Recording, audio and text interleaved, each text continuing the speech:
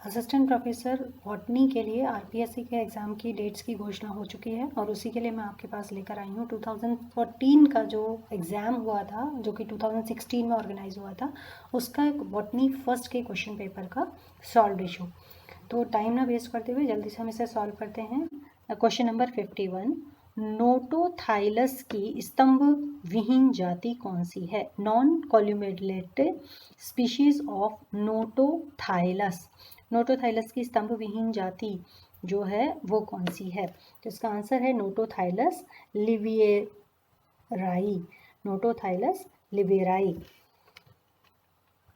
नोटोथाइलस लिवियराई, जिसके अंदर non columellate species है Notothylas levieri. Next one is air gun mechanism of spore dispersal is present in. बीजाणु प्रकर्षण की एयर गन क्रियाविधि किसमें उपस्थित होती है? स्फेग्नम में, फ्यूनेरिया में, फ्रुटलेरिया में या पोगोनेटम में? किसमें उपस्थित होती है? Air gun method of dispersal, spore dispersal किसमें उपस्थित होती है? ये उपस्थित होती है स्फेग्नम में। स्फेग्नम में उपस्थित होती है air gun mechanism of spore dispersal. So next question is, which one of the following pteridophytes is xerophytic? निम्न में से कौन सा टेरिडोफाइट मरुद्भदीय या जीरोफिटिक है? एजोला, साल्विनिया, मार्सिलिया या इक्विसिटम? एजोला, साल्विनिया, मार्सिलिया या इक्विसिटम? तो आप जानते हैं इक्विसिटम जो है वो एक जीरोफिटिक टाइप का प्लांट है। So next one is Arthur J AIIMS ने ट्रैकियोफाइटा को 4 समूहों में किसके आधार पर विभाजित किया? Arthur J Eames classified Tracheophyta into the 4 groups on the basis of, किसके बेसिस पे? Vascular anatomy, position of the sporangia, nature and relation of the leaf and stem and all of these. किसके आधार पर उन्होंने इसे classify किया? तो उन्होंने इसे क्लासिफाई किया इन सभी बेसिस के ऊपर, ऑल ऑफ द अबव, सभी के बेसिस पे उन्होंने इसको क्लासिफाई किया। Vascular anatomy, position of the sporangia and nature and relation of the leaves and stem. किसने? आर्थर जे एम्स ने 1936 में ट्रैकियोफाइटा को 4 समूहों में विभाजित किया है। किस किस बेसिस पे किया है? Vascular anatomy, position of the sporangia and nature and relation of the leaf and stem के बेसिस पे। Next question, which one of the following is extinct genus of Sphenopsida? निम्न में से कौन स्फिनोप्सिडा का विलुप्त वंश है? कैलामाइटिस, एनुलेरिया, इक्विसिटम, कैलामाइटिस एंड एनुलेरिया।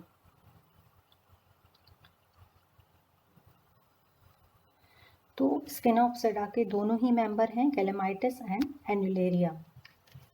स्फिनोप्सिडा का एक्सटिंक्ट वंश है Calamites and Annularia. Next one is select the correct pair.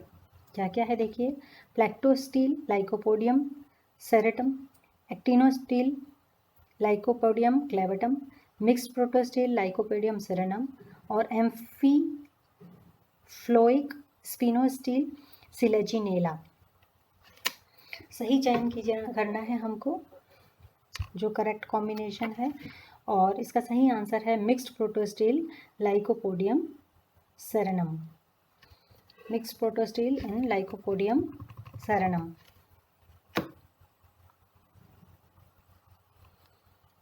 Next question is Pteridophyta में के निम्न में से कौन से वंश में प्रिज्मेटिक ऊतक पाया जाता है? Prismatic tissue is found in which of the following genera of Pteridophyta? Pteridophyta के किस वंश में मिलेगा? सिलेजिनेला, आइसोइड्स, मार्सिएला या ऑफियोग्लोसम?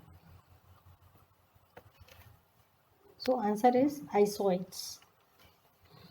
आइसोइड्स जो वंश है टेरिडोफाइट्स का, उसमें प्रिज्मेटिक टिश्यूज उपस्थित होते हैं, ये इसकी खासियत होती है, Isoetes. So next question is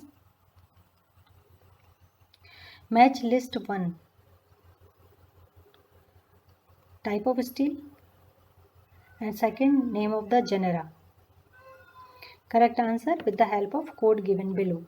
Type of steel and genera. So type of steel may be proto steel, मेरिटिया, साइफोनोस्टील और सिलेजिनेला, प्रोटोस्टील, मेरिटिया, साइफोनोस्टील, यहाँ आप देख सकते हैं, protostele, मेरिटिया, साइफोनोस्टील, Selaginella, डिक्टियोस्टील, equisetum, polycyclic, terrace. अब हमें बताना है कि इसमें सही कॉम्बिनेशंस कौन से हैं। तो इसका जो सही आंसर है वो होगा ये, और इसके अकॉर्डिंग देखिए प्रोटो स्टील जो है वो पाया जाएगा सिलेजिनेला में, साइफोनो स्टील जो है वो उपस्थित होता है इक्विसिटम में, डिक्टियो स्टील जो है वो प्रेजेंट होता है टेरिस में, और पॉलीसाइक्लिक जो है वो प्रेजेंट होता है मेरिटिया में। इसको अच्छे से समझ लीजिए, ध्यान से देख लीजिए।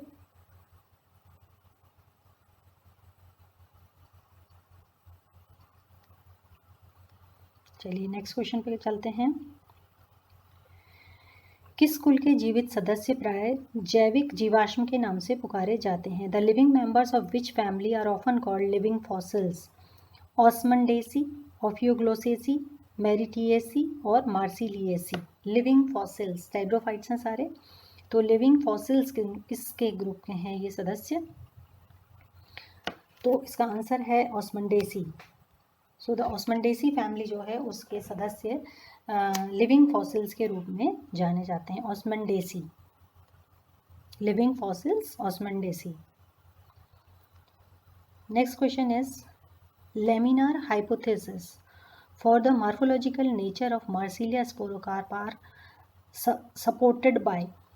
मार्सिलिया के बीजाणु फलिका की आकारिकीय आकृति के लिए पर्णफलक या लैमिनार परिकल्पना के पक्षधर कौन थे? Campbell, bobber, Eames, all of these. किसने दी थी लेमिनार हाइपोथेसिस मार्सिलिया के स्पोरोकार्प के लिए? मार्सिलिया के स्पोरोकार्प की आपको स्ट्रक्चर याद होगी, आप ऐसे बनाते थे मार्सिलिया के स्पोरोकार्प, है ना। तो अब इसके लिए पर्णफलक या लैमिनार परिकल्पना किसने दी थी? इन सभी ने। तो कैंपबेल, बाबर और ईम्स इन सभी ने कहा कि ये कैसी होनी चाहिए, पर्णफलक या लैमिनार प्रकार की स्ट्रक्चर होनी चाहिए। नेक्स्ट क्वेश्चन इज रंभीय सिद्धांत का प्रस्ताव किसने दिया? Stealer theory was proposed by. ये तो आपसे ग्रेजुएशन में भी बहुत बार पूछा गया था। Zimmerman, von Tieghem and डॉलियट, Eames या फॉस्टर एंड गिफोर्ड के द्वारा। तो किसके द्वारा ये थ्योरी दी गई थी? वॉन टिंगम एंड डॉलियट के द्वारा। So answer is von Tieghem and Douliot. Stelar theory, stele किसको कहते हैं? जो पौधे के बीच में पार्ट होता है, जो जाइलम फ्लोएम प्रेजेंट होता है, हम ये वाला जो पोर्शन होता है स्टील कहलाता है। उसकी जो थ्योरी दी थी, कैसे इसका डेवलपमेंट हुआ, ये सारी जो थ्योरी दी थी वो किसने दी थी? वॉन टिंगम एंड डॉलियट ने। नेक्स्ट क्वेश्चन इज टीलोम सिद्धांत के प्राथमिक विधियों का सही क्रम है। The correct sequence of elementary process of telome theory is. क्या क्या होता है भाई? Overtopping, planation, syngenesis and reduction. इसी तरह के आपके बाकी के ऑप्शंस हैं, जिसमें से मैं बिल्कुल सही वाले ऑप्शन को पहले क्लिक कर देती हूँ। और आपका सही ऑप्शन जो है वो है overtopping, this one, the second one, overtopping, planation, syngenesis, then reduction and curvation. Overtopping, planation, syngenesis, reduction and curvation. The correct sequence of the elementary process of Telom theory. Telom theory के ये सारे process हैं: overtopping, planation, syngenesis, reduction and curvation. So next question is Cycas, Pinus और Ephedra में microsporangium से स्वतंत्र होते हैं। कितनी अवस्था में स्वतंत्र होते हैं आप जानते हैं, सब में अलग अलग होता है। साइकस में अलग, पाइनस में अलग और फेड्रा में अलग। तो हमको बताना है कि माइक्रोस्पोर्स कितनी कोशिकीय अवस्था में वहाँ से स्वतंत्र होते हैं। तो हमारा आंसर है 3, 4 एंड 5, यानी साइकस में 3 कोश की अवस्था में, पाइनस में 4 अवस्था में और एफिड्रा में 5 कोश की अवस्था में जो स्पोर्स हैं वो स्पोरेंजियम से फ्री हो जाते हैं। नेक्स्ट क्वेश्चन इज, अंतर्राष्ट्रीय वानस्पतिक नामकरण संहिता के अनुच्छेद 29-30 के अनुसार नए नामों को प्रभावी प्रकाशन हेतु क्या आवश्यक है? क्या आवश्यक है इसके लिए? हम सीधे अपने आंसर पे चलते हैं और इसका आंसर है 1, किसी जर्नल में प्रकाशन कराकर मुद्रित सामग्री को जनसाधारण को उपलब्ध कराना। The printed material is made available to the public through its publication in a journal. ठीक है, तो आप बाकी के इसके ऑप्शंस पढ़ सकते हैं आराम से। मैं आपको सिर्फ सही ऑप्शन इसलिए बता रही हूँ ताकि आपके जब एग्जाम में रूम में आप बैठें तो सही ऑप्शन एकदम से आपके दिमाग में क्लिक करे। सही ऑप्शन डायरेक्ट बताने का मेरा सिर्फ इतना ही उद्देश्य है कि वहाँ आपके दिमाग में कोई कन्फ्यूज़न या कोई अलग से शब्द ना आए, सिर्फ जो सही आंसर है वही आपके सामने एकदम से क्लिक करे। सो नेक्स्ट क्वेश्चन इज, निम्नलिखित में से दक्षिण पूर्व एशिया का सबसे बड़ा और सबसे पुराना वानस्पतिक उद्यान कौन सा है? दक्षिण पूर्व एशिया का, तो दक्षिण पूर्व एशिया का सबसे बड़ा और सबसे पुराना Indian botanic garden, Howrah, Bharat. Indian botanic garden, Howrah, Bharat. दक्षिण पूर्व एशिया का सबसे बड़ा और सबसे पुराना जो बॉटनिकल गार्डन है साउथ ईस्ट एशिया का खास तौर से, वो उसमें आंसर आपका आएगा Indian botanic garden, Howrah, India. Next question is 66 question. In the flora of Rajasthan, the family having maximum number of genera and species is. Rajasthan की वनस्पति जात में ऐसी कौन सी फैमिली है जिसमें बहुत ज़्यादा मात्रा में गण और जातियाँ सबसे ज़्यादा हैं? एस्ट्रेसी, साइपरेसी, लेग्यूमिनेसी या पोएसी फैमिली। लेकिन हमें देखना कहाँ है उसको? राजस्थान के वनस्पति जात, राजस्थान में पाई जाने वाली जो जातियाँ हैं उनमें हमें देखना है। सो answer is for Poaceae family. Poaceae family जो है उसमें सबसे ज़्यादा मात्रा में जेनेरा और स्पीशीज प्रेजेंट हैं।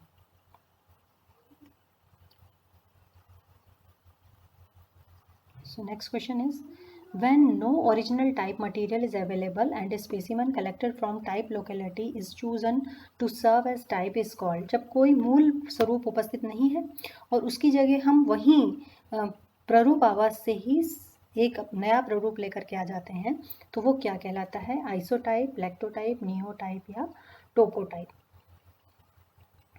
जब ओरिजिनल टाइप मटेरियल नहीं है, कुछ टर्म्स हैं जिनमें आपको गौर करना है। ओरिजिनल टाइप मटेरियल नहीं है और हम उसी टाइप लोकेलिटी से लेकर के आ रहे हैं दूसरे को भी, तो उसका नाम हमारा क्या होगा? टोपोटाइप।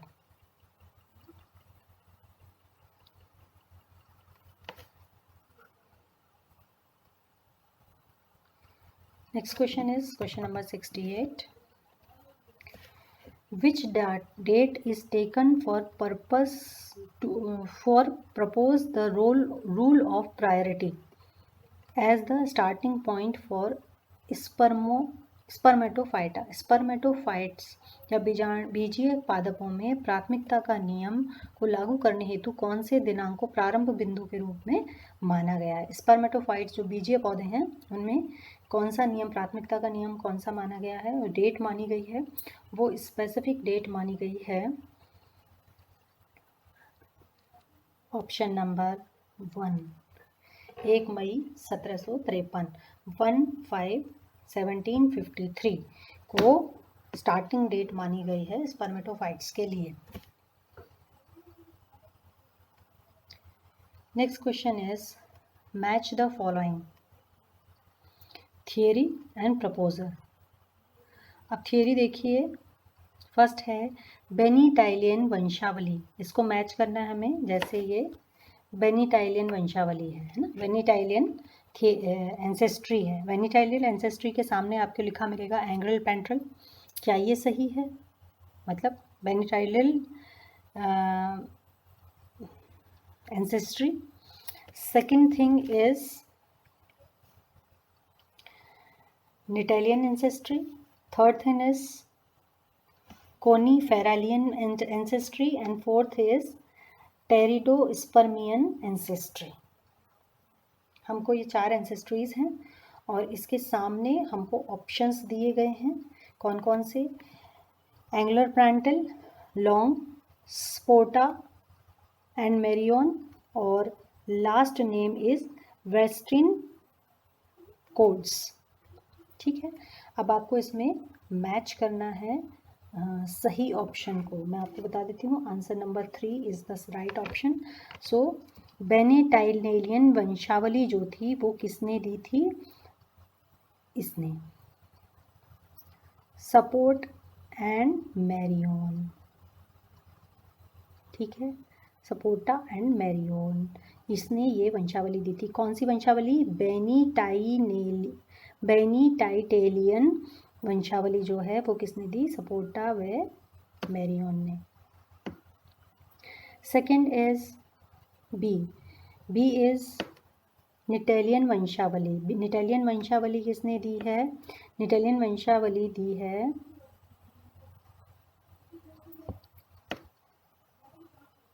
वेस्टर्न कोड्स ने. Then C. C is coniferalean जो एंसेस्ट्री है उसको किसने बताया है? उसको बताया है एंगरल पेंटल ने. Next one is D. Pteridospermian ancestry जो है उसको किसने बताया है? उसको बताया है लॉन्ग ने. तो टेरिडोस्पर्मियन जो है उसको बताया है लॉन्ग ने. तो इस क्वेश्चन को आप आराम से देख लीजिए एक बार.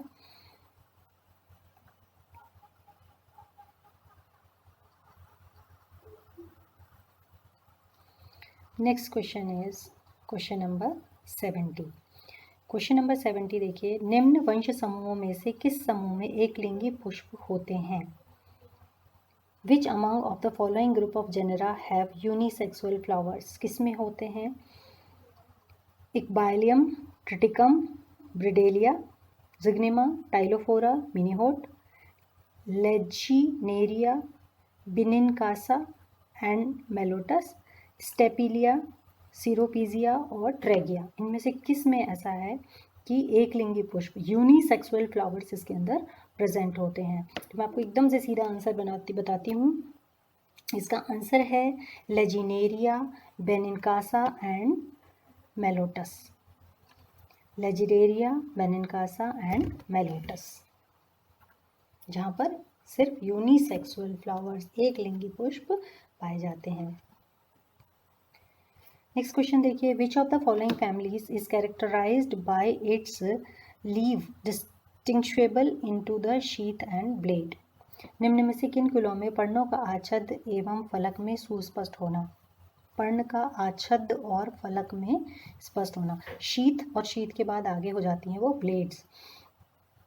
किसके अंदर देखने को मिलता है? आप सभी जानते हैं.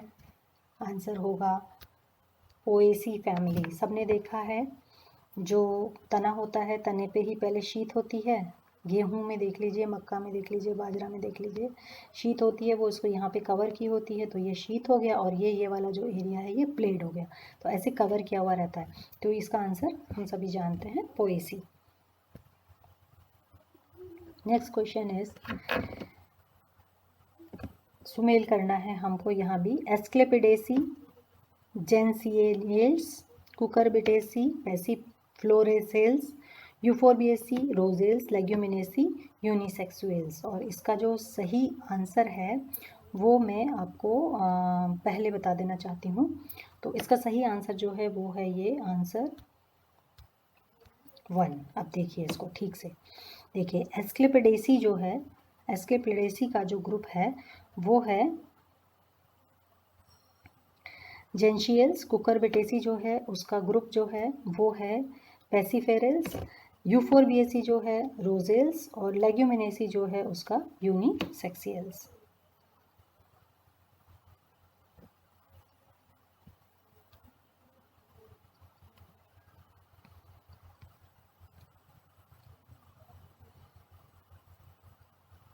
नेक्स्ट क्वेश्चन देखिए. Consider the following statement.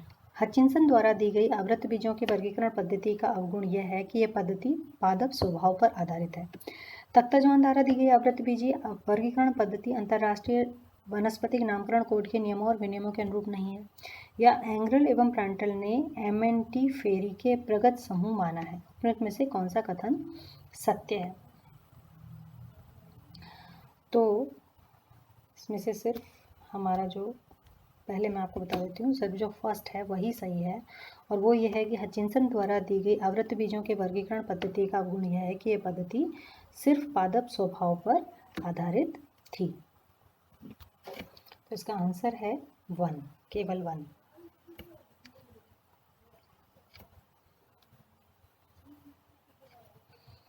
Next is number of fertile stamens and staminode in Tamarindus indicus. इमली जो है इसमें जननक्षम पुंकेसरों और बंद पुंकेसरों की संख्या कितनी होती है? तो सीधा फैक्ट आधारित क्वेश्चन है, तो इसलिए मैं सीधा आपको आंसर बताती हूँ, 3 और 4। तो जो स्टेमेनॉइड्स होते हैं वो 3 होते हैं, फर्टाइल स्टेमेंस जो होते हैं वो 3 होते हैं, और स्टेमेनॉइड्स जो होते हैं वो 4 होते हैं। नेक्स्ट क्वेश्चन इज निम्नलिखित में से एक संघी पुंकेसर एवं मुक्त अंडपी जायांग किसमें पाए जाते हैं?